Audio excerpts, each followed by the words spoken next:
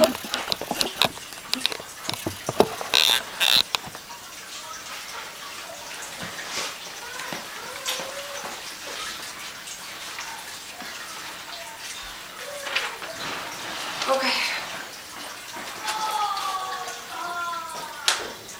So a woman goes to the doctor for the first time, and as she walks in the office, they share the normal greetings, and the doctor finally gets to the question and says, well, what is it that you do for a living?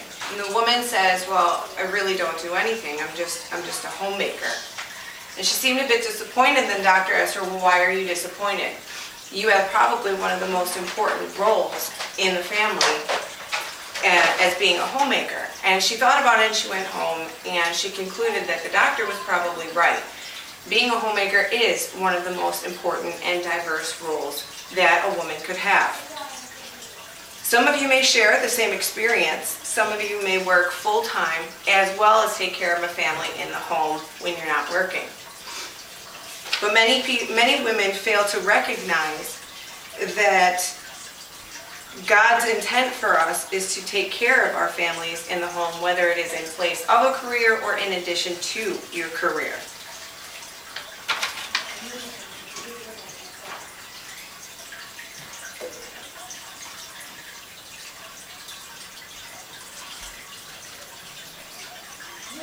Some of the job titles that a homemaker could say that she takes care of in the home are maid, nurse, chef, cleaner, accountant, mechanic, teacher, plumber, shopper. We all take care of different tasks in the home that we don't realize that they're actually careers in the real world. Some of these careers in the real world come with benefits. Well, there's benefits in the home while you take care of them as well. Some of those benefits are economic benefits. Many families decide to have a person, one of the father or mother, stay home and take care of the kids as to save money financially.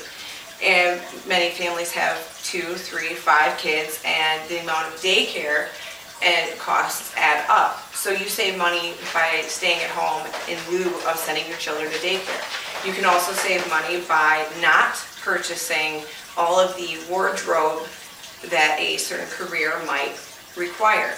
Many families will save money because the homemaker is not eating out lunch with their coworkers or buying the Starbucks coffee on the way to work. Another benefit is the family dynamic. A parent, whether they're home full-time or part-time, is able to bond with children more, giving the child more confidence. The U.S. Department of Health and Human Services concluded that either a part-time or full-time parent in the home reduces the risk of behavioral outbursts in school-aged children. Another couple concluded that they felt when they both parties of the marriage worked full-time, they were more as roommates rather than a husband and wife. There are many other benefits that people have said come out of being a stay-at-home mom. As you can see on the TV, that stay-at-home moms have a higher percentage of overall satisfaction with life, a higher marriage success rate. Spirituality and religion is actually a higher percentage for stay-at-home moms versus working moms. Overall well-being for a stay-at-home mom is significantly higher, 13% higher than working moms. Another benefit of being a stay-at-home mom or a homemaker is that you are performing ideals that God values. Some of these values are family. God tells us to go forth and populate the earth, as well as take care of those that we create and those that we populate. Another value that God asks us to do is hospitality to others. Stay-at-home moms often cook for others in the neighborhood. They help out friends when they're in need by bringing over a dish if they're sick.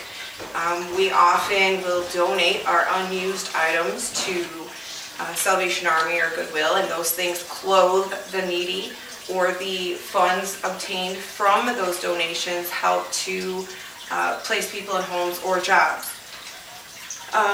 Another thing that God values is communicating the gospel to unbelievers. We do this to small children that do not yet know religion or God, as well as others around us in our free time.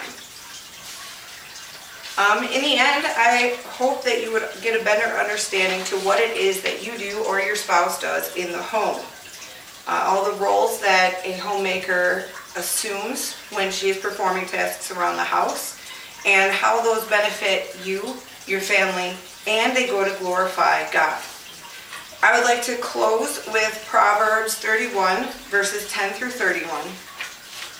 And it says, "A wife of noble character who can find? She is worth far more than rubies. Her husband has full confidence in her and lacks nothing of value. She brings him good, not harm, all the days of her life. She selects wool and flax and works with eager hands. She is like a merchant ship bringing her food from afar. She gets up while it is still night.